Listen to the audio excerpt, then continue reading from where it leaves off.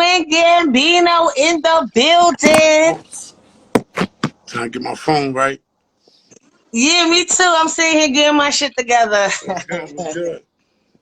Yeah, what's good? So how have you been during this COVID-19 quarantine? Feeling the same way everybody else feeling, stressed the fuck out, ready to get my day started and going. And, you know what I mean? Yeah. I know it's been rough out here with everything that's going on with the protests and the looting and stuff like that. So how does that affect your creativity, your day to day, if it affected you in any way? Yeah, it kind of did because I was gonna drop a couple of albums and shit, but I didn't get a chance to do no videos, so that kind of made me Mm. like I didn't really want to put the music out without some videos and shit like that. So that kind of fucked me up. Going to the studio, no everybody's scared to be around each other. You know what I mean? And Mhm. then you out here you gotta be careful. You gotta watch your crib because niggas was breaking in your crib, especially when the protests and looting started happening. It got kind of crazy over here. So niggas try to break in the cars around here. So I had to, I had to stay Wow. home. I had to basically stay at the crib, make sure shit good. Yeah, that's crazy, and people got to be careful with that because what I noticed too in the media, they try to put a lot of black images in the media showing the looting and stuff like that. And then you have people out there who incite the riots. Do you feel like that's true or myth? Do you feel like, that's just something they trying to blame on other people? That's actually you can actually look it up. It's pay stubs and stuff like that. So people are getting paid to loot, rob, basically, cause confusion. You know what I'm saying? Like, so you can actually look that up, everybody. Check it out. It's out there. Yeah, and I seen it for myself too. I was out there protesting, and you see people, stir up the crowd and then run off and disappear. You never see them again, Yep. or stuff like that. And I don't think a lot of people have the tools to break into these stores, other than what's provided and what they're bringing to the table. Like a lot of them skateboards were being used too, Yeah, yeah. And I know That you, was all yeah. planned out. That was all planned out by your man George Soros, the Clinton Foundation. They all fund these people. It's a fact. You can look it up. So it is what it is. You know what I mean? For me, it's time to protest a different way. Maybe rent out a big stadium, put a fly up. We all go there. We all when we finish doing it. I'm talking. We go there. Nobody else is invited but us. First, every person has to get scanned to get in there. We do it. We talk about whatever we talk about in there, and then everybody go home. Nobody talk about it on the internet. Nobody say nothing. They will be so paranoid. We did that in every state. They'd be shook. They'd be like, "What are they planning?" You know what I mean? So we Yeah. need to switch it up a little bit, just a little bit, because that group Antifa actually was funded in 1933, and they've been infiltrating this shit ever since. Like, come on, somehow we gotta change it up and finesse it. You know what I mean? And I think we also too gotta, keep the younger people in mind too, because they are easily influenced. Like a lot of the Antifa group would start the looting or start bashing into the stores, and here goes the younger kids, the young black males, Falling who right behind them, are, getting paid. yeah, and then they're the ones getting caught on the news. You know No, what I'm saying? So it can make it look like something, you know. And I think it's kind of crazy. So you said that the Clinton Foundation and all these people fund Antifa. Do you feel like it's a great way to go? How everybody's pushing to vote Democrat in this year's elections? for me, I never voted in my whole entire life. I don't vote. I don't deal with that shit. Period. Um, for me, it's like don't vote. You lose both ways. You know what I'm saying? At the end of the day, that's how I always felt about it. But Democrats is burnt out, man. Democrats is burnt out. What about them when they wore the dashiki scarves and shit? You know what I mean? Like, just to get And I think that's that's for the crazy too. I black think vote, man. Come on, man. And I think it was actually patronizing us too. Of Like, course. I thought Like that was like making fun of what's going on to try to jump on the right, bandwagon. right now, Yeah, usually I thought let's it was say two crazy. years ago, and they would have did that. Nobody when the corner. But right now, so much going on. Everybody's starting to open their eyes a little more. So when people seen that, people could tell it wasn't genuine. You know what I'm saying? Genuine. So they was like, man, that shit is bullshit. Y'all want the black vote. Y'all just want this man out of office. Let's be honest. Everybody want that man So out of office. how do you feel about them being accused? A lot of the Democratic Party being accused of pedophilia is coming I'm out saying now. that's been around for hundreds of years. They've been doing that. You know what I'm saying? And now it's starting to come to light. A lot of people don't know when all this protesting was going on, Hillary Clinton had court, and now she didn't show up to court, and now she got to testify, and she has to release the emails. It's over. Yeah. You know what I mean? They want to see what's in there. Yeah. They want to see what's popping. So, and we'll see what happens. It's a lot of people going about to be in trouble. Like just Homeboy. I just seen Homeboy from the '70s show. He just got accused for raping 3 people. It just came out today, I think. I'm saying, now watch the news. Watch a dig. You got to dig for like cases like that. They hiding them a little bit on Google and just putting the Black Lives Matter and all that other stuff. You know what I'm saying? But there's a lot of stuff happening in the world right now. Yes. Black Lives Matters were purchased too. They were just patent. The guy you just mentioned, George Soros. would start with an S. Yeah, he That's just his. purchased Black Black Lives Lives Matter Matter too. is his. That's his shit.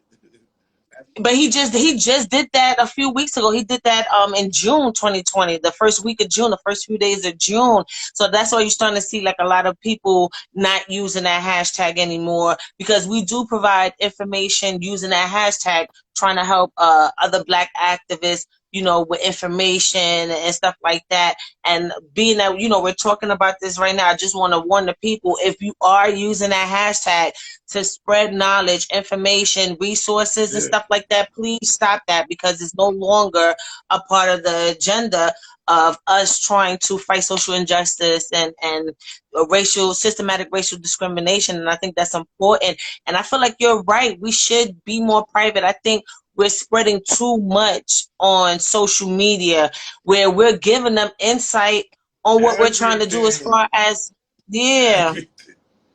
It's crazy. We gotta get it together, man. We have to. It's just getting hectic. We gotta get it together. But for me, I think something else is about to happen. You know what I mean? I don't know what it is, but maybe something else is about to happen, because they're at war with this guy, right? They need him out of office bad. They want him out of office bad, and they're doing everything in their power to get him out of there. Everything. That's why they said with the George Floyd shit situation or whatever. He everybody like, only way we can make a change is vote. His family even first family got on Al Sharpton TV. First thing they bring up is Joe Biden. Yeah, I met up with Joe Biden. He was a great dude. And what was the second question? What you think was the second question? What about who you gonna vote? What about Trump? It's just getting old now. You know what I'm saying?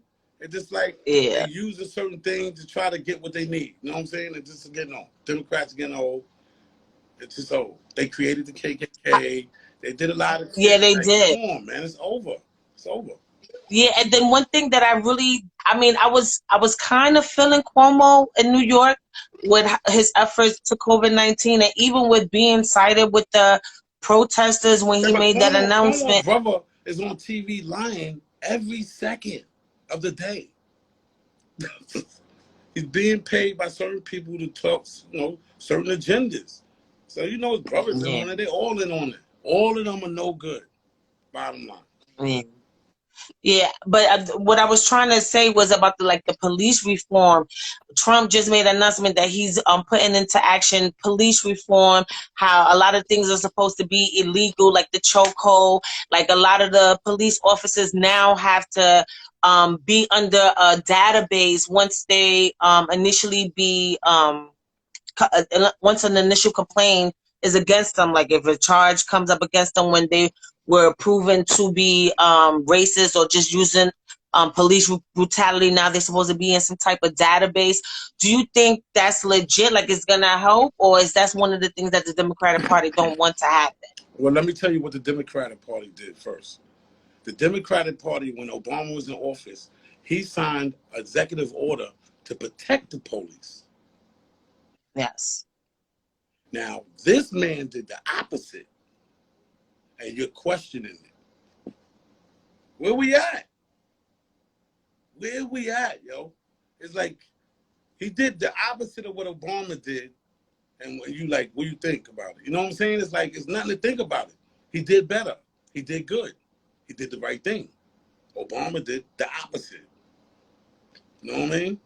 So when you start looking, why do you feel like it's such a reason why people are flocking to the Democratic Party?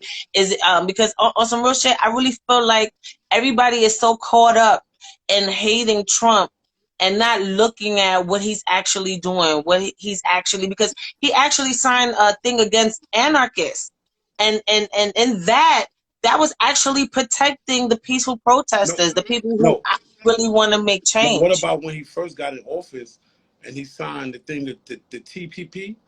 That was about the meat.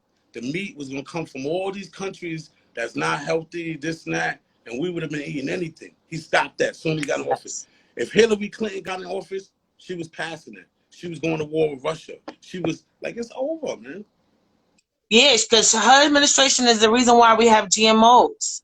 That they signed off on all of that, and not wanting to put the ingredients on the labels, like all the ingredients on the labels. Both sides. I don't like none. I don't like no sides. But I'm just trying to say, this side is blaming, and then they got the media to help them blame it. Think about it. Yeah. Since Trump been in office, 2016, they've been talking about him. I ain't seen nothing else on the news but about him. 24 hours a day for almost 3 years. Something wrong with those people, yo. Something really wrong with those people, yo. Or something they got to hide. I think it's got to hide because them Epstein files, and you know Bill Clinton was up in there. His laptop. Yes. And then not only that, all these pictures coming out with all these young teenage girls dismembered and killed. Like, these pictures are coming out now. I saw in another chat when we was talking about this in the Clinton administration and things that she's being accused for, and I really believe that demonic side, because you know she was a part of the whole Planned Parenthood and stuff like that. So I don't really put nothing past her. And at least with Trump, even if you want to hate him, he made us stand the fuck up. Like, we question every fucking thing as a people, which I think is so smart. I ain't never seen us this alive since the Black Panthers Party. I feel like if Hillary Clinton would have been in office, we would have been handing her the Vaseline to fuck us. Like, we would have been with everything, no complaints, no nothing. I believe whatever they were trying to do kind of backfired on them. You know what I'm saying? It kind of backfired on them. Because, you know, with the coronavirus and then the protesting and killing that dude. And what about him? Let's talk about these black men being hung different places. You know what I'm saying? Yes. I was on my way to that. They gotta be ready. Niggas better be ready all times, 24 hours a day. You know what I mean? But hopefully we can figure that out. And a lot of these people who are being hung were part of the protest. Like, they were influential people that was sparking change. You know, just like the young lady, Toyin. You know, so, and she was found that she's 19. That black guy killed her, right? Yeah, and that's another thing too. Like, we need to figure out who are these infiltrators. Every black party, every leader movement had one of those. They, you know, I don't know how they fucking convince these people to do what they do, but they join the movements. They act like they're really down when really they spies and sending the government information about these people. Because how are you being found like this? Like, they got to know your whereabouts. They're tracking your GPS. They're doing all these things, you know, and we got to pay mind to that. Like, you know, being in this movement is a dangerous thing. I don't even have to be in a protest. I could be spreading knowledge on social media and I could come up missing. Why you think Facebook is always trying to stop things for you to be said? Like right now, I'm on Facebook jail. I can't post within the next 3 days. Or for sharing information that could be knowledgeable, that can help somebody else that's black. That's You right. know, they censor what we say, they censor what we do. You know, that's why I think it's a good idea that you were saying that we should all just link up and have a meeting without cameras, without, you know, that type of situation, to really organize. Yeah.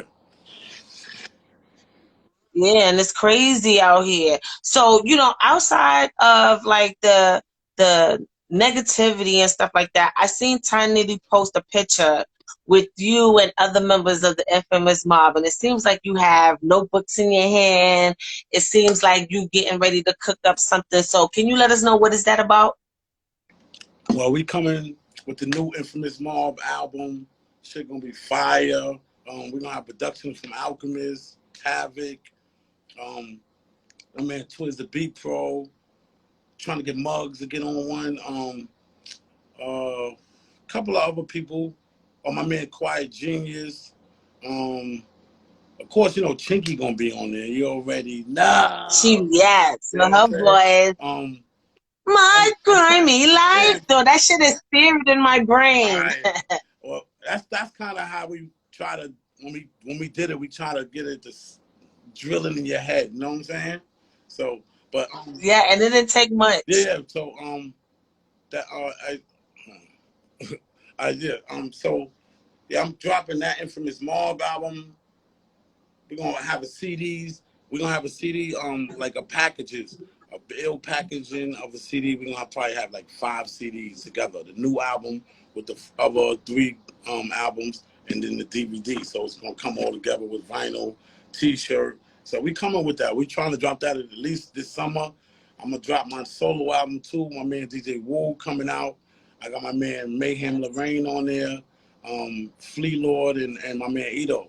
So look out for that. I got an Alchemist album. Me and him got one with me and Twiz, the B Pro TNT 2.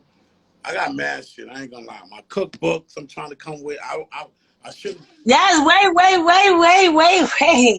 Yes, we're gonna get to the chef thing. That's what I wanted to get into too as well, because I wanted to understand where did that mindset come from. Because not a lot of people on that wave to actually getting healthy until recent years, but you've been on that way for a long time now before it became trendy to eat healthy, when people were still in their bad Thank you, habits. thank you. I've been So doing this where way before a lot of. I see yes, everybody doing it now, and I was one of the yeah, first ones to do it. That's why I'm gonna do it. Trust me, I'm about to take it to the next level. But maybe like fucking like 9 years ago, I think, right? Maybe like 8 years ago, 9 years ago.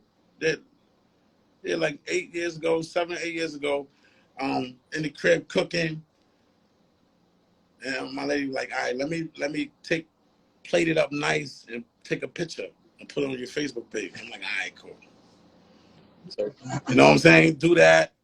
Oh, yo, you got mad hits. Everybody going crazy off it. All right, so we start doing it more and more. People start picking up. So I got to come up with a name. Infamous Chefs. Boom. Say, I got to pull somebody in from the hood. Call my man Blue Cheese. Pulled in. Say, you come on the yes, crew. Blue Cheese hit his man up. They made the logo. Bing. Then I said, I gotta somehow, because people was like, people was excited about it, this and that.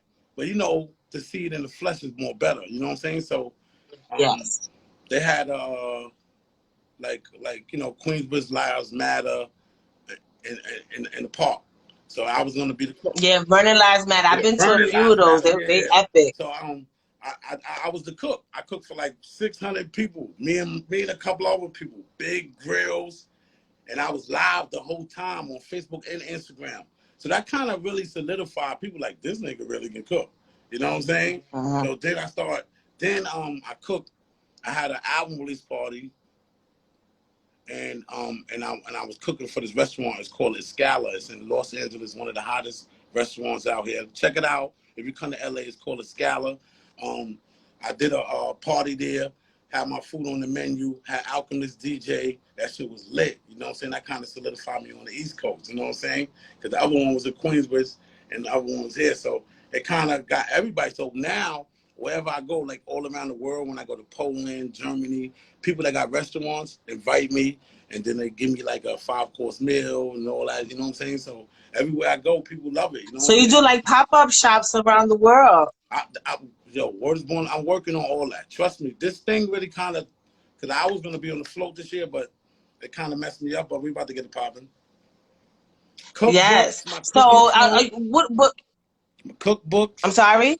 I'm going to come with a cookbook, cooking show, and then do pop-ups. Yes, but it seemed like you was already popping up because you getting invited to these restaurants. You're able to provide a menu.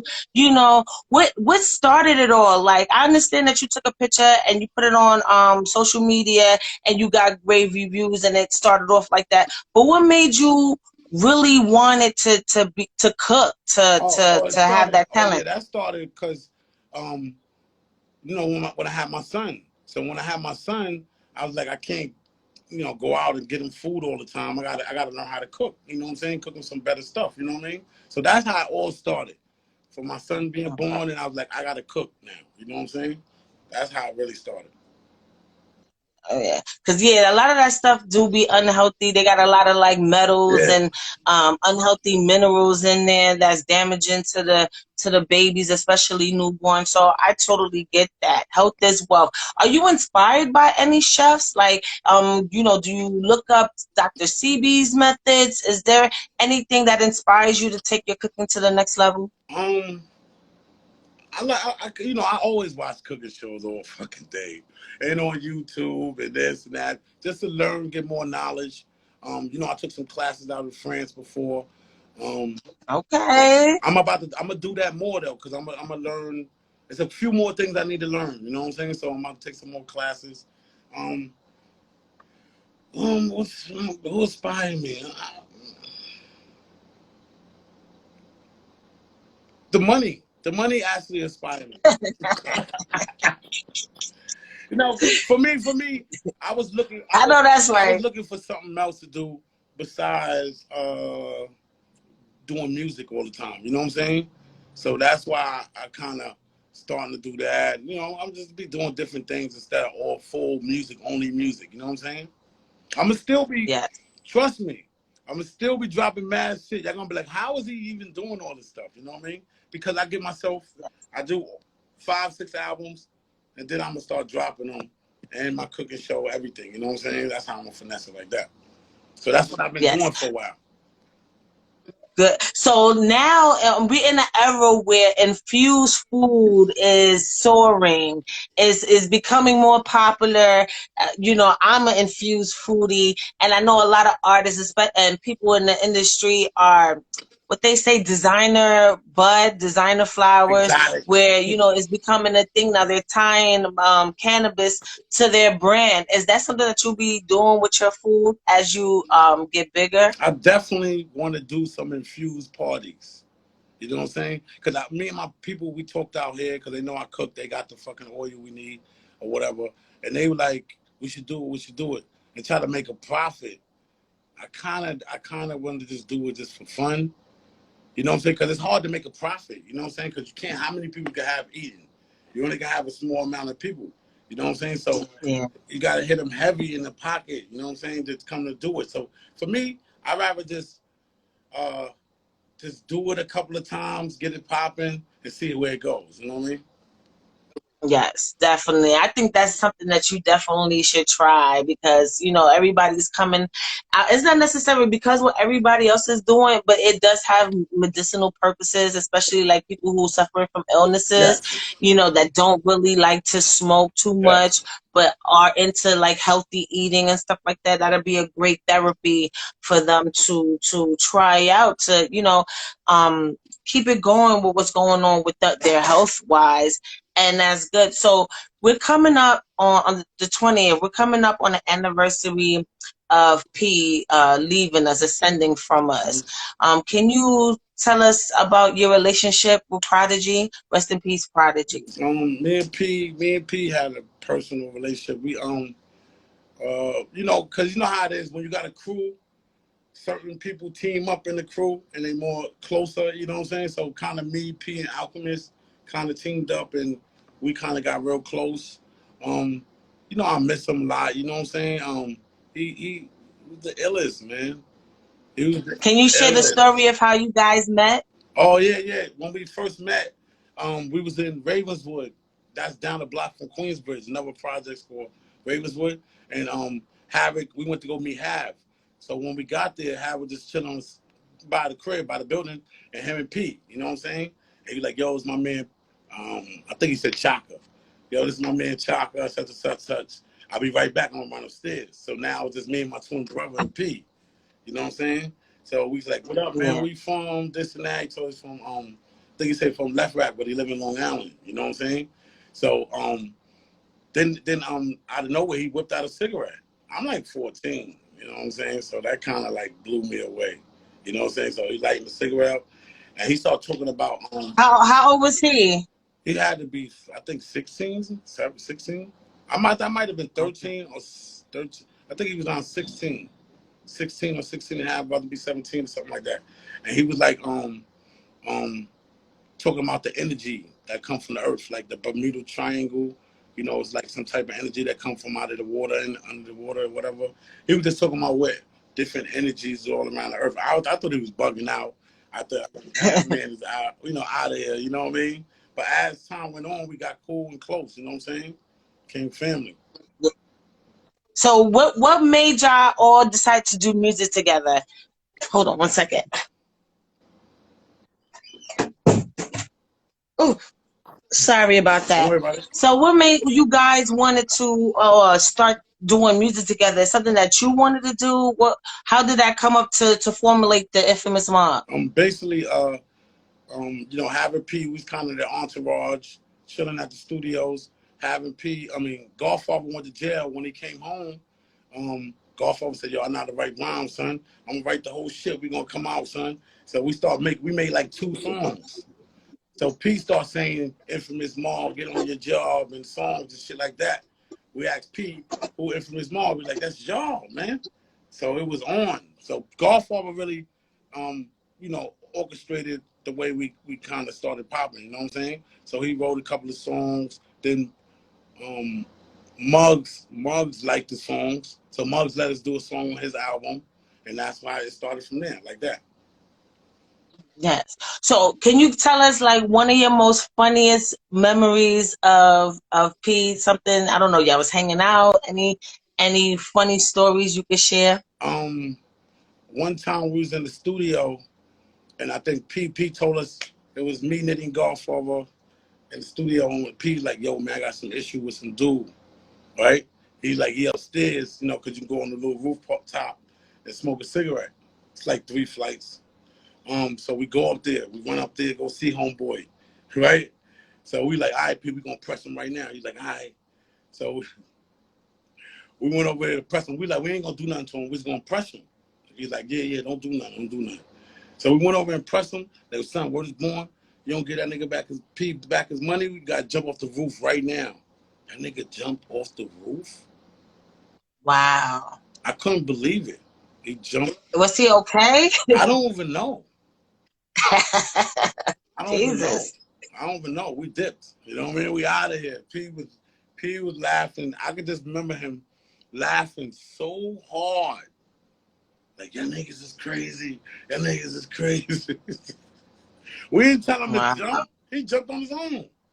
He probably thought we was Y'all had him shook. He was shook, sir. He was he was shook. shook. He was shook. He was definitely shook. But Yes. P facial expression when homeboy jumped, he couldn't believe it. I was like, "Let's go. We out." I wouldn't believe that shit too. Like that's something crazy. You would think he would give it back. Like why would you hurt He yourself could have over been like, something? I got him. I'm gonna make sure I take care of him. We were Yeah. like, "All right, cool."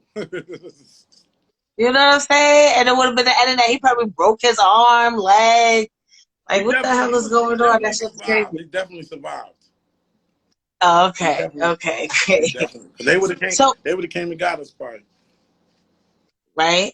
So what kind of person was he in the studio? Like, a lot of artists have different methods to prepare themselves to lace a track. What were some of the things that was like normal that he needed in the studio to get his creative juices flowing? Oh, he needed the haze. He needed some fire bud. You know what I'm saying? But he was mostly quiet. He was quiet. He was always quiet. He was quiet. He was yeah, but he was real quiet. We was all loud in the studio. He was in the cut quiet. They was going in, having havoc. It seemed like they thrive off that. You know what I'm saying? Us telling stories, talking shit in the background, and them niggas in the book like this. You know what I mean? Going in. Putting it on Put it paper. on paper. Word of mother. Yes, yes. So, like, I know he wanted to do a live band. Do you feel like he changed the culture when he did the Blue Note Jazz Club? When you guys did, you, him, and Chinky QB, when you did the Blue Note Jazz Club, do you feel like that changed the game? Because not too long after that, Nas came out with the PBS special with the live orchestra. Do you think that started the trend in hip hop, or that's something that was been out but just never bigged up until he did it? I think other artists, Master Ace did it before we did it. A couple of artists did it before we did it. But I think it was the timing. It was the choice of album that he chose. You know what I'm saying? Because he never performed the album. Everybody always loved the album. So I think it was those two things. And plus P was, he was one of the best lyricists out there. So kind of he was bigger than other people that did it before, I think. So, that's why I kind of popped off. And right after that, a lot of people did it. You know what I'm saying? And I understand. I Yeah. understand because it's dope. Man, trust me. I want to do it by myself one day. Trust me. I've been thinking about that real Yes, time. and that's one of the things that inspired in my career as far as because I know the people I just did the Take Notes concert on social media, and then I did a showcase with the band 12E. So that really had me, and I was always a musician head. Like I always loved the violin. The violin, I don't know what about the fucking violin, the frequency on that. I don't know. I don't know how to explain it. It's just I don't know. I can't get it. I can't put into words how it makes me feel. So when I do come across a live band and that, especially mixed with hip hop, because hip hop itself is so unique, and then you put it to a live band, which is so classic. I feel like all music should have those elements in it. Now, it beats the computer. It's like, hip hop is like man versus machine.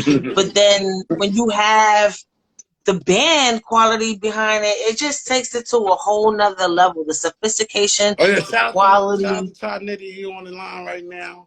Nitty, What's up, Nitty? Nitty. Yes.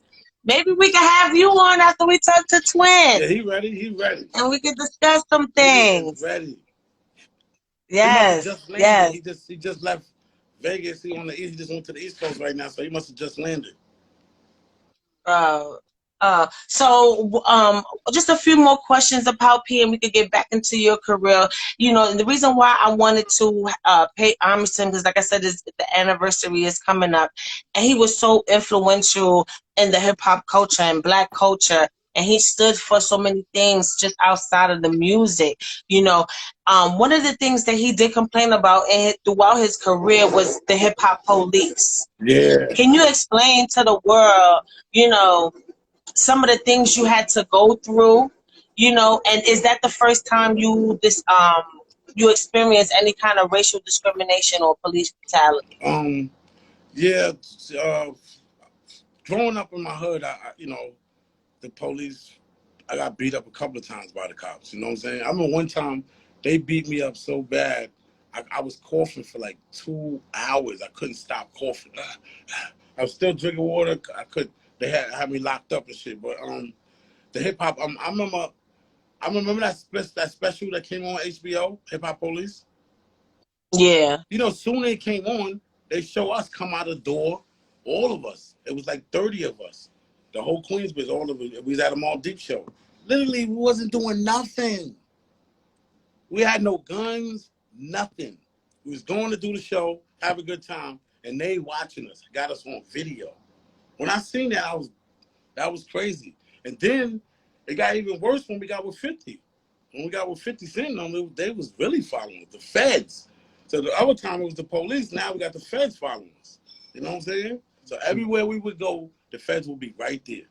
Every video shoot. Do they would they do things to antagonize your family, or like do they do things other than just following you guys? Like how deep did it really go with the hip hop police harassing you I'm guys? saying when P got caught with the gun, you know, they tried to convince him to snitch on 50.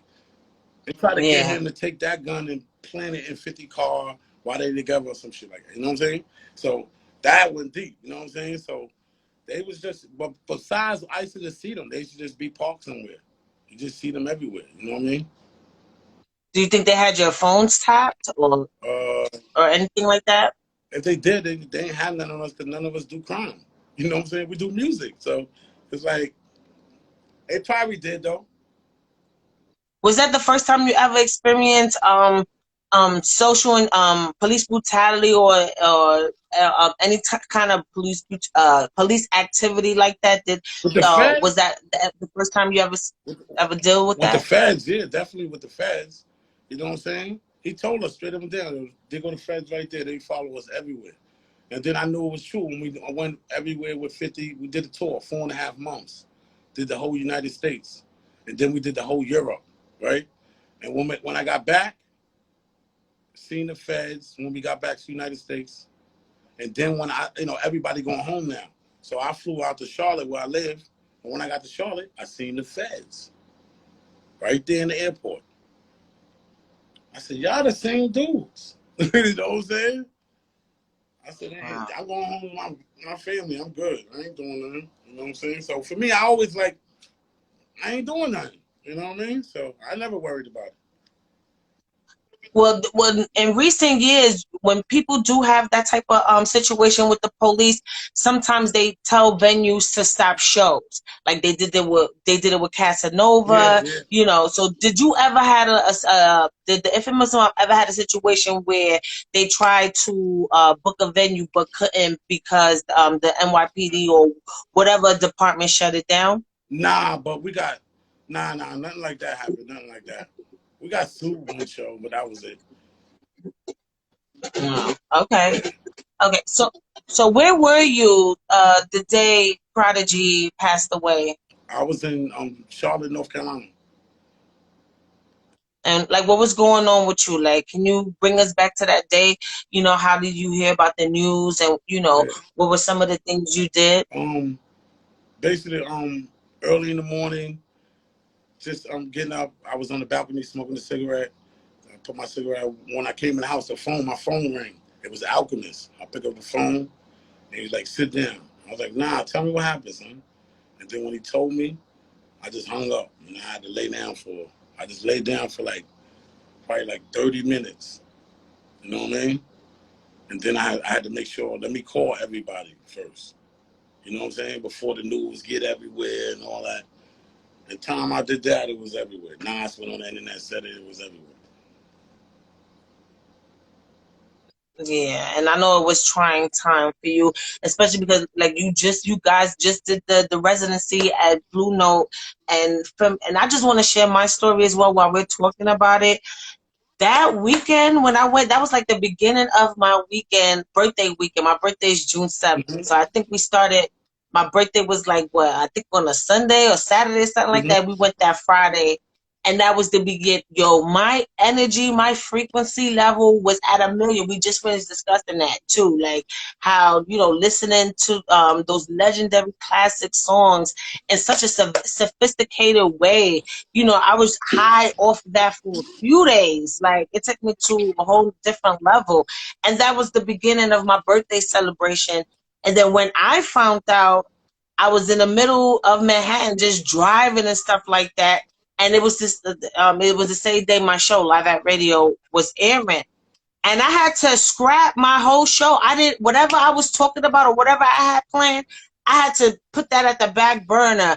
I could not think, so I scrambled. I went and got a DJ because we had to pay homage. We had to dedicate the show to him, Shout out to my people in and we really Australia. did. Shout out to my people in Australia. Yes. So, and it was devastating, and I think it hit hip hop so hard. Do you feel like there will ever be somebody who will remind you of Prodigy in the industry? I doubt it. I doubt it. You know, he was the first person to put people onto the Illuminati and music. Like, he's super trendsetter, so I doubt it. Now, you know what I mean? You know, no disrespect to nobody, but now, you know, niggas is dope. Niggas ain't amazing no more. You know what I'm saying? They're just dope now. You know what I mean? So that's what is going on for me. Yes. So yesterday was Tupac's birthday, and we know there was like some riffs, and at the beginning, they used to take shots at each other in music. You would hear rumors about things outside of music that would happen. Can you tell us if there was any still standing beef at Pac's demise, or were they able to reconcile that and come to some type of understanding? Well, as far as my knowledge, how it all started, and you know what I mean? I guess Prodigy did an interview and talked about, they asked about him in jail, and Tupac was in jail. So, you know, Tupac was in protected custody, maybe because he was a celebrity, but, you know, we didn't know, you know, when you're in protected custody, you're scared, you know what I'm saying? So basically, that's what he said in the article. I think the article didn't even come out, went straight to him, and that's how it all started, you know what I'm saying? But now we was actually about to do a video, like the craziest video you would have seen in your whole life of Drop a Gem. You know what I'm saying? That song Drop a Gem, that was like a Tupac diss. You know what I'm saying? That was the first single. We was gonna do a crazy video. I'm not gonna tell you what the video was about, but you know what I'm saying? But you know, we never got. Then he passed. So when he passed, before the song come out, we deaded the video, and then we blinked his name out of the song. You know what I'm saying? To show love, because you know he passed away. You can't disrespect nobody that passed away. You know what I mean? Okay. And at the end of the day, he was dope. His music was fire. We loved him at the same time. You know what I'm saying? So you know, happy birthday, Tupac too, man. Word up. Yes, happy birthday to Pac. Geminis, we rock the fucking world. Hell yeah, we rock with Pac. Yes. Yeah.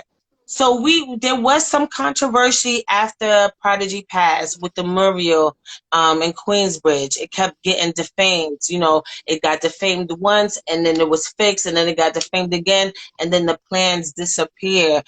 Can you give us some kind of insight to what really happened? Like what went on? Why was it important for people to do that?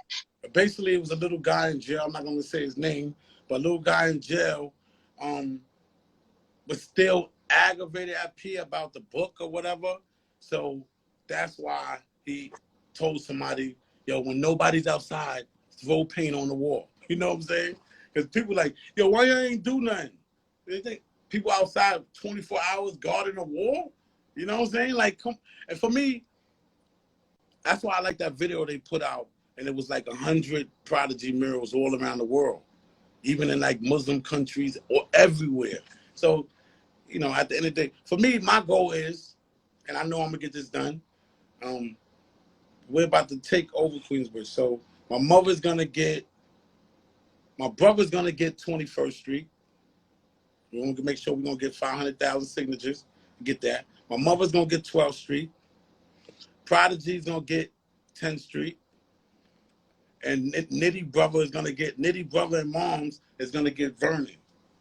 I'm gonna get the signatures up. Fire. And we run the hood now. So if that niggas violated that, y'all let that happen. Okay, now we got street signs now. So that's my goal, and that's what I'm gonna do.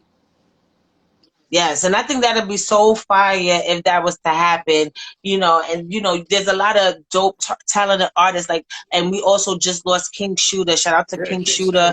You know, King Shooter, man. Yeah, rest in peace to King Shooter. You know, he was doing, and you have other great artists like Piff Jones, and you see how Dave East, has a connection with, GQ. There's a bunch of dudes in Queensbridge that's dope. You know what I mean? Yeah, so would you ever like have like a QB album with like all of you guys on there? I know there was I know you have like the QB, Yeah, I think it's like a group where all of you guys come I was together. trying to do that. And you know, they also try to do the Queensbridge something recently they try to do. They try to get everybody together. It's a little difficult with my heart, you know what I mean? It's a little difficult. So I think it's better for all of us to do our solo projects and all of us rhyme on each other's shit. You know what I'm saying? It'd be easier like Yeah. that. You know, there's too many of us. It was even hard when Nas did it. Trust me.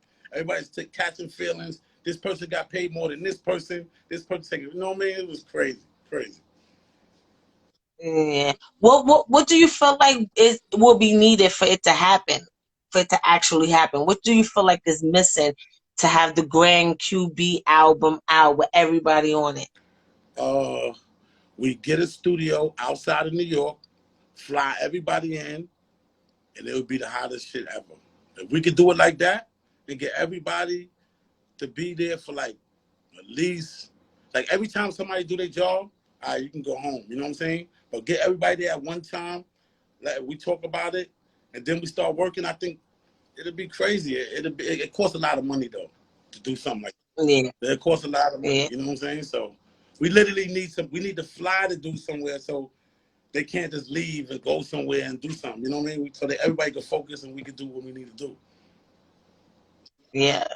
So I know you have the book coming out. The chef books. You have what you said something? I think it was the echo. Looking. So you have the chef's books coming out. You working on the Infamous Mobb new album. Yes. You know, you have your own music coming out. Can you explain your new album or your new project? My new project is gonna be with my man DJ Wu. Shout out to my man DJ Wu.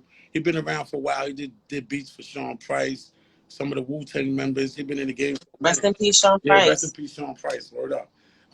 So me and him put together like probably gonna be like 10 songs, and you know, of course, like I said, I'm gonna have Mayhem, Flea Lord, and Ito on it. So that shit's gonna be hard, man.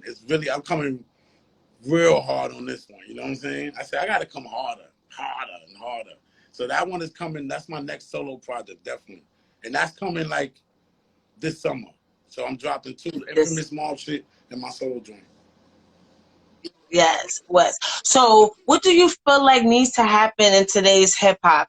Because you know we still be having some type of beef with classic hip hop and the new generation, and it seems like there's some kind of disconnect. You know, everybody's not on the same page. It seems like everybody's against each other at times. Mm-hmm. What do you feel like needs to change with hip hop, especially now with the political and social climate the way it is?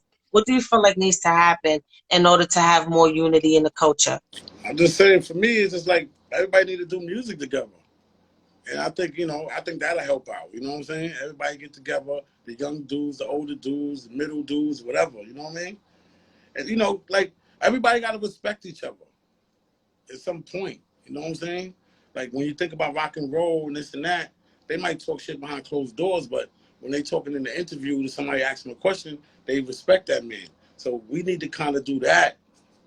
Like I said, we need to have a stadium, and we need to really talk to ourselves, yo. We need to really fix ourselves, yo, for real. You know what I'm saying? Like, it's crazy right now. We Yes. really need to fix ourselves. Now, I always ask this question. Who's your top 5, dead or alive? I'm going to say, of course, Prodigy, Nas, Biggie. Wait. Time out. I said it to you wrong. You can't say Biggie, Tupac, or Nas because they're already on like the hip hop Mount Rushmore. That's everybody's go-to. So who do you say outside of those typical influential artists? Who is your top 5? Who would you listen to that nobody would think you would listen to? Like right now? Any time in history of your history, outside of the I'm norm, gonna say outside of Coogee hip Rap hop's is the Mount best Rushmore. rapper ever. Who? Coogee Rap. Coogee Rap, #1 yes. rapper ever. Better than LL Cool J, Rakim, and Big Daddy Kane, to me. That's what I Really? believe. You said better than those Rakim? guys got more love. And they was, I guess they was on a bigger platform than he was, but they got more love than him. I believe he was a better lyricist than all of them dudes. That's amazing. That's the first time I heard somebody say that or break it down like that. All right, so you got Cool G Rap. A lot of people feel that way. Trust me, because I had conversations with people. They won't say it, but a lot of people feel that way. They know that. They know. It's true. Yeah. Don't listen to me. Look who's the best right now. Cool G Rap doing music with 38 Special. Like, think about it right now. He's doing music with the new guys is popping. And he keeping up and killing it. Like, you know what I'm saying? So, he fired. He fired. Yes, and he was always the type to share his platform with other artists too. He will always used to have mad features back then too. He did the one with Nas too. That's one of my favorite throwback features he had. So outside of Cool G Rap, who else? It's Cool G Rap. I gotta say Slick Rick. Slick Rick. For me, he the first person that kind of painted a picture on the song for me. You know what I mean? Okay. His whole first album. I can't really say nobody new. I gotta say the older guys. You know what I mean? You know what I'm saying? Because the newer guys gotta put. No, you say what you want to say. Your top 5 is your top 5. Right. So Cool G Rap, Slick Rick. You got 3 more.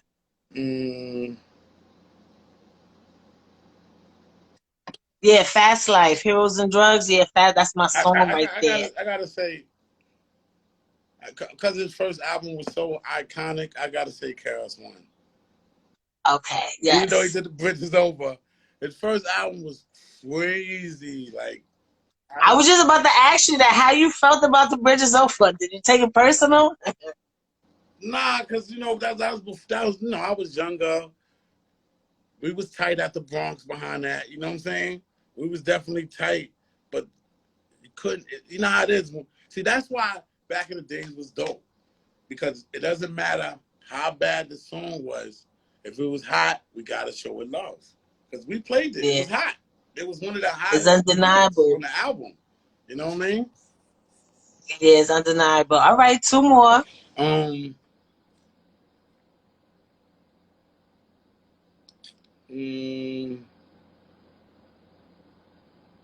got to go with LL. Okay. Just because he did it so long. You know what I mean? It was like so many albums, killing it. So that's why I got to show love to him. And plus, you know, he made it, you know, he did the girl songs. You know what I'm saying? He kept that popping, you know what I mean? And gave other opportunity people like Drake, like he said recently. He gave Drake the opportunity to make girl songs and make it cool. You know what I mean? Okay, and 1 more. Ice Cube. Another fellow Gemini. Yes. And you know what I noticed about your top 5? You have a lot of teachers. Exactly. And a lot of a lot of the people that you name are teachers. They school you. They told stories and stuff like that. And it seems like you have that kind of in your character as well. How you brought the chefs on. Yeah. You know, you teaching them how to have another quality of life other than what we're accustomed to, or what we conditioned to have. Yeah. So I see it. I see it. For me, when a person rap, it gotta make sense. You know what I'm saying? Like, you gotta tell a story or something. Like, you know what I mean? You know, some people just rapping a bunch of words. For me, it gotta be a picture painted so I can understand them. You know what I mean? Yes. So is there anything that you ever wanted to accomplish but just didn't because you were so tied up in the hip hop world? Is there anything outside of hip hop about Twin that we don't know about? I'm coming out with my own strain real soon.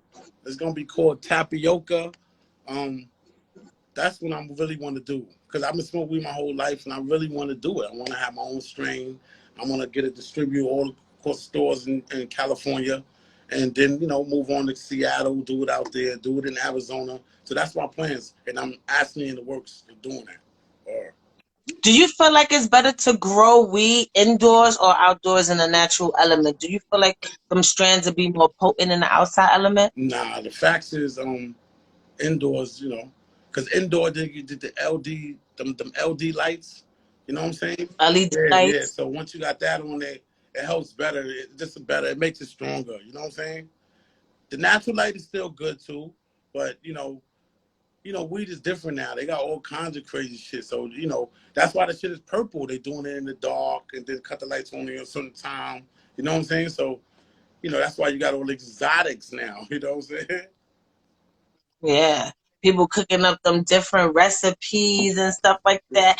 And on some real shit, I never used to be. I love the cannabis culture the way it is. I remember nobody was throwing parties, weed parties like that openly where it was a thing and you have vendors and stuff. You probably just had a weed man in the house party and that was it. You get your I little put nickels mad with people on. seeds. I put mad people on in New York to that shit. They was like, "You in New York?" I'm like, "Yeah, come over to the party, yo." Mad people, yo. Yeah, and then the edibles is coming, making a big grand thing, and everybody's into it. So it's become its own culture in itself, and I think it's real dope to see, because it wasn't like that before, never was like that before. But cannabis started off, the beginning of time when they found cannabis. Um, Wait, Twin, before I cut you off, let me come out and come back in, and we could talk about the cannabis because we only got 20 oh, okay, seconds. okay, cool, cool. All right, so all right. Come back, y'all. We be right back with Right, Big Twin but- Gambino.